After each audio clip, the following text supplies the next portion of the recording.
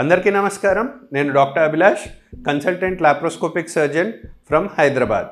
ఈరోజు మనం మాట్లాడుకునే టాపిక్ ఏంటి అంటే, ఎక్కువ మంది మన దగ్గరకు వచ్చే పేషెంట్స్ ఫస్ట్ అడిగే క్వశ్చన్ ఏంటి అంటే, సార్ అసలు నాకు ఎందుకు వచ్చింది, ఏం చేస్తే నేను వచ్చింది, ఆర్ ఇకపైన రాకుండా ఏమన్నా జాగ్రత్తలు పాటించాలా అని అడుగుతూ ఉంటారు. దానికి ఆన్సర్ చెప్పుకునే ముందు ఫస్ట్ ఆఫ్ ఆల్ మనకు ఒక్కొక్క హెర్నియా ఎందుకు వచ్చిందో చూసుకుందాం. మొదటగా మనం డిస్కస్ చేసుకునేది అంబిలికల్ హెర్నియా అనుకుందాం. అంటే బొడ్డు దగ్గర హెర్నియా ఎందుకు వచ్చింది అని చూసుకున్నట్లయితే, మనం హెర్నియా గురించి ఏమని చెప్పుకున్నాము, కండరాలు ఎక్కడైతే బలహీనపడతాయో అక్కడ మనకు పేగులు జారి బయటకు వస్తే దాన్నే హెర్నియా అని అనుకున్నాం. సో ఈ అంబిలికల్ హెర్నియా మనం ఇందాకే చెప్పినట్టు చిన్న వయసులోనూ పెద్ద వయసులోనూ ప్రతి వయసులోనూ ఎందుకు వస్తుంది అని చెప్పుకున్నాము. ఎస్పెషల్లీ చిన్న వయసులో ఎందుకు చెప్పుకున్నాము అని చెప్పుకునే ముందు మన తల్లి గర్భంలో ఉన్నప్పుడు ఏం జరుగుతుందో చూసుకున్నట్లయితే, తల్లికి బిడ్డకి మధ్యలో ఏకైక కనెక్షన్ ఉంటుంది. ఏంటి? ఆ బొడ్డు దగ్గర వచ్చే పైప్ అనుకుందాం. సో మనకున్న కండరాల్లో, మనకున్న కవచకుండలంలో, మనకున్న గోడ లాంటి ప్రొటెక్షన్లో మనమే ఒక చిన్న కిటికీ అనేది, చిన్న డోర్ అనేది తెరవడం జరిగింది. సో దట్ బిడ్డకి తల్లి నుంచి ఆ పోషక పదార్థాలన్నీ బొడ్డు ద్వారా వస్తాయి అని. సో వన్స్ బిడ్డ పుట్టగానే మనకేమవుతుంది, చుట్టుపక్కల ఉన్న కండరాలన్నీ కూడా ఇలాగున్నవి కాస్త స్లోలీ అతుక్కుపోయి దగ్గర పడడం అనేది జరుగుతుంది. దగ్గర పడినప్పటికీ కూడా మనకు దేవుడు ముందు ఉన్న కండరాలు వేరు, ఇప్పుడు ఇవి దగ్గర పడిన తర్వాత ఎంత కండరాలు దగ్గరకు వచ్చినప్పటికీ కూడా ఆ ఏరియాలో ఉన్న వీక్నెస్ అనేది అలానే ఉండిపోతూ ఉంటుంది.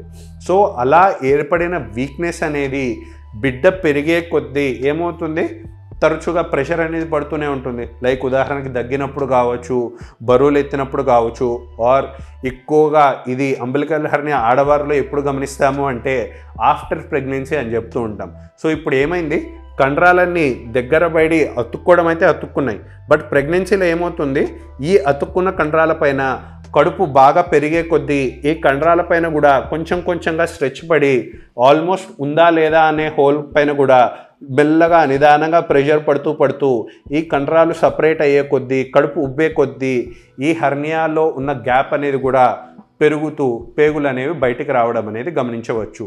సో అంబిలికల్ హెర్నియా ఎందుకు వస్తుంది, బొడ్డు దగ్గర ఎందుకు వస్తుంది అంటే, దానికి చెప్పినట్టు కారణం ఈ అంబిలికల్ కార్డ్ అనేది మనకు చిన్నప్పుడు రాలి పడిపోవడం వల్ల. అండ్ మళ్ళీ సరే మరి అందరికీ రాలి పడిపోతుంది కదా, మాకు మాత్రమే ఎందుకు వచ్చింది అని చూసుకున్నట్లయితే, మిమ్మల్ని మీరు మెయిన్ క్వశ్చన్ చేసుకోవాల్సింది, మీకు తరచుగా దగ్గు వస్తుందా, మీరు అధికంగా బరువులు ఏమన్నా ఎత్తేవాళ్ళ, మీరు ఎక్కువసేపు నిలబడి పనిచేసేవాళ్ళ, లేదా మీకు ఆల్రెడీ పాస్ట్ గతంలో ప్రెగ్నెన్సీ లాంటివి ఏమైనా జరిగాయా, లేదా సిగరెట్ స్మోకింగ్ అట్లాంటివి ఏమైనా అలవాటు ఉన్నాయా, సో దట్ సిగరెట్ తాగి దగ్గి ఆ గ్యాప్ అనేది పెరిగిందా, లేదా మీరు జనరల్ నార్మల్ వెయిట్ కాకుండా కొంచెం అధికంగా బరువుగా ఉన్నారా. బికాస్ ప్రెగ్నెన్సీలో కానీ అధికంగా బరువు ఉన్న వాళ్ళలో జరిగేది సేమ్, స్ట్రెచ్ ఎక్కువ అయిపోవడం వల్ల అలా ఉందా లేదా అనే హోల్ కూడా పెద్దదవడమే మనం గమనిస్తూ ఉంటాం. సో ఇవన్నీ అంబిలికల్ హెర్నియా, బొడ్డు దగ్గర వచ్చే హెర్నియాకి కాజెస్ అని చూసుకుంటే, నెక్స్ట్ గజ్జల్లో వచ్చే హెర్నియా, అది ఎందుకు వస్తుంది, అది కూడా ఇందాకేమన్నా గజ్జల్లో వచ్చే హెర్నియా ఇంగ్వైనల్ హెర్నియా. మీరు చూసినట్లయితే ఈవెన్ ఇన్ బేబీస్, చిన్న పిల్లల్లో కూడా ఈ గజ్జల్లో హెర్నియా అనేది గమనిస్తూ ఉంటాం. అసలు ఈ గజ్జల్లో హెర్నియా అసలు ఎందుకు వచ్చింది అని తెలుసుకునే ముందు, ఇది మనం ఇందాకే చెప్పుకున్నాం, ఈ గజ్జల్లో వచ్చే హెర్నియా అధికంగా మగవారిలోనే గమనిస్తూ ఉంటాము, ఆడవారిలో చాలా తక్కువ అని. అసలు మగవారిలోనే ఈ గజ్జల్లో వచ్చే హెర్నియా ఎందుకు వస్తుంది అని చూసుకుంటే, దీనికి కూడా కారణం తెలుసుకోవాలి అంటే మనం తల్లి గర్భంలో ఉన్నప్పుడు ఏం జరుగుతుందో తెలుసుకోవాలి. జనరల్లీ మగవారికి పుట్టినప్పుడు టెస్టిస్ అనేది ఎక్కడ ఉంటుంది, స్క్రోటంలో ఉంటుంది. ఈ వృషణాలు అనేవి స్క్రోటంలోనే ఉంటాయి. కానీ మీలో ఎంతమందికి తెలుసు, ఈ వృషణాలు అనేవి మన తల్లి గర్భంలో ఉన్నప్పుడు స్క్రోటంలో ఉండదు, కడుపులో ఉంటాయి అని. సో మనకి తల్లి గర్భంలో ఉన్నప్పుడు అంటే నెలలు నిండకుండా 3వ నెలలోనో 5వ నెలలోనో చూసుకున్నట్లయితే మనకు వృషణాలు అనేవి స్క్రోటంలో ఉండవు, ఎక్కడో కడుపులో కిడ్నీ పక్కన ఉంటాయి. ఎప్పుడైతే బిడ్డ కడుపు లోపల పెరుగుతూ ఉంటారో, అంటే 5 నెలల నుంచి 9 నెలలు ఎట్లాగైతే నిండుతూ ఉంటాయో, ఆ గ్యాప్లో నెలలు గడిచే కొద్దీ ఎక్కడో కడుపులో ఉన్న టెస్టిస్ కాస్త నిదానంగా కిందికి జారి మన కడుపులో ఉన్న కండరాలని ఒక చిన్న కిటికీ లాంటిది, ఆ డోర్ లాంటి అడ్డుకట్టలో ఒక చిన్న విండో అనేది ఓపెన్ చేసి జారుకుంటూ పోయి స్క్రోటంలోకి 9 నెలలు నిండగానే స్క్రోటంలోకి రావడం అనేది జరుగుతూ ఉంటుంది. దీన్నే టెస్టిక్యులర్ డిసెంట్ అంటారు. ఒకవేళ ఇప్పుడు ఏమవుతోంది, ఏ టెస్టిస్ మనకి కడుపుని దాటుకొని స్క్రోటంలోకి ఎంటర్ అవ్వడానికి ఏ కండరాలనైతే దాటుకొని దాంట్లో గ్యాప్ క్రియేట్ చేసుకొని వెళ్ళిందో ఆ గ్యాప్ అనేది వీక్గా ఉండి, ఇందాకే మనం చెప్పినట్టు దగ్గు కానీ, బరువులు ఎత్తడం కానీ, ఆర్ అధికంగా బరువు ఉన్నా కానీ వీరందరిలో కూడా ఆ చిన్నగా ఏర్పడిన గ్యాప్ అనేది బాగా పెద్దదైతే మనకు వారిలో ఈ ఇంగ్వైనల్ హెర్నియా వచ్చే ఛాన్సెస్ అనేవి గమనిస్తూ ఉంటాం.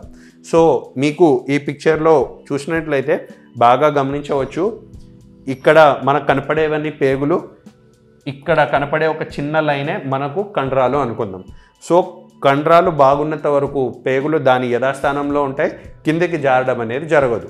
ఒకవేళ అదే కండరాల్లో కనుక గ్యాప్ వచ్చినట్లయితే ఈ పిక్చర్లో కనిపిస్తున్నట్టు ఈ పిక్చర్లో ఈ లైన్కి కింద పేగులు అనేవి జారలేదు. కానీ ఈ పిక్చర్లో చూసినట్లయితే ఇక్కడ గ్యాప్ అనేది ఉండడం వల్ల ఆ గ్యాప్లో నుంచి ఈ పేగులు అనేవి వెళ్ళడం అనేది మనం గమనిస్తూ ఉన్నాం.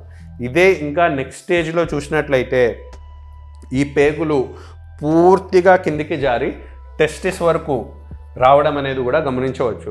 ఇన్ఫ్యాక్ట్ తరచుగా మన దగ్గరికి పేషెంట్స్ వచ్చి, సార్ మాకు టెస్టిస్లో వాపు ఉంది, మాకు టెస్టిస్లో ఏదో ప్రాబ్లం అవుతుంది అని బాగా కంగారు పడిపోయి, సార్ మాకు పిల్లలు పుట్టడానికి ప్రాబ్లం అవుతుందా, మాకు సెక్షువల్ లైఫ్లో ఏమైనా ప్రాబ్లం అవుతుందా అని చాలా భయపడుతూ ఉంటారు. కానీ వారు అర్థం చేసుకోవాల్సింది ఏంటి అంటే, వాపు వచ్చిండేది టెస్టిస్ రీజియన్ అండ్ స్క్రోటమ్ రీజియన్లోనే, కానీ టెస్టిస్ ఫంక్షన్కి ఈ హెర్నియాకి సంబంధమే లేదు. ఎందుకు అంటే ఈ హెర్నియా అనేది ఏంటి, కండరాలకు సంబంధించిన ప్రాబ్లమే తప్ప టెస్టిస్లో వాపున్నంత మాత్రాన ఇది టెస్టిస్ సంబంధించిన ప్రాబ్లం అయిపోదు. ఇక్కడ కండరాల్లో ప్రాబ్లం ఉండడం వల్ల ఈ కండరాల్లో గ్యాప్లో నుంచి పేగులు, కడుపు లోపల ఉండాల్సిన పేగులు జారి స్క్రోటంలోకి వెళ్ళడం అనేది జరిగింది. సో వెళ్ళడం వల్ల ఈ టెస్టిస్ అనేది వాచిందే తప్ప ఇది దేని ప్రాబ్లం, కండరాల యొక్క ప్రాబ్లం, టెస్టిస్ యొక్క ప్రాబ్లం కాదు. ఇదే మీకు పిక్చర్ పరంగా చూసుకున్నట్లయితే ఇక్కడ మీరు బాగా గమనించవచ్చు. ఇది పెన్నిస్ అనుకుందాం, ఇది స్క్రోటం అనుకుందాం. సో జనరల్ ఏమవుతుంది, ఈ టెస్టిస్ అనేది ఈ కండరాల పైనే ఉంటుంది. సో మనకి వయసు గడిచే కొద్దీ టెస్టిస్ అనేది కడుపులో ఉన్న కండరాల నుంచి కొంచెం దాటుకొని లోపలికి వచ్చి చేరిపోగానే మళ్ళీ కండరాల్లో గ్యాప్ అనేది క్లోజ్ అయిపోవాలి. ఒకవేళ ఈ గ్యాప్ అనేది క్లోజ్ కాని పక్షంలోనే మనకు ఇలా పేగులు అనేవి ఇంకా జారి ఈ పిక్చర్స్లో చూసినట్టు జారి మనకు హెర్నియాకి దారి తీస్తూ ఉంటాయి. నాకు తెలిసి ఇప్పటికీ అండ్ మనం చెప్పినట్టే ఇన్సిషనల్ హెర్నియా అంటే ఏంటి, కోత ఇచ్చిన చోట కండరాలు సరిగ్గా అతుక్కోకపోతే రాడు. సో అంబిలికల్ హెర్నియా అంటే బొడ్డు దగ్గర వచ్చే హెర్నియా, గజ్జల్లో వచ్చే హెర్నియా ఇంగ్వైనల్ హెర్నియా, లేదా ఆల్రెడీ పెద్ద ఆపరేషన్ ఏదైనా జరిగిన తర్వాత అక్కడ కండరాలు సరిగ్గా అతుక్కోకపోతే వచ్చేదాన్ని ఇన్సిషనల్ హెర్నియా అని అనుకుంటూ ఉంటాం. మీలో ఎవరికన్నా హెర్నియా ఉంటే మీకు ఎటువంటి సిమ్టమ్స్ ఉన్నాయి, మీరు సర్జరీ, ఓపెన్ సర్జరీ చేయించుకున్నారా, లాప్రోస్కోపిక్ సర్జరీ చేయించుకున్నారా అనేది మీరు కామెంట్ సెక్షన్లో మెన్షన్ చేయవచ్చు. అండ్ మీకు ఫర్దర్ ఇంకేమైనా అపాయింట్మెంట్స్ కావాలి, కన్సల్టేషన్ కావాలి అనుకుంటే కింద హెల్ప్ లైన్ నెంబర్లో మీరు కాంటాక్ట్ అవ్వచ్చు. Thank you.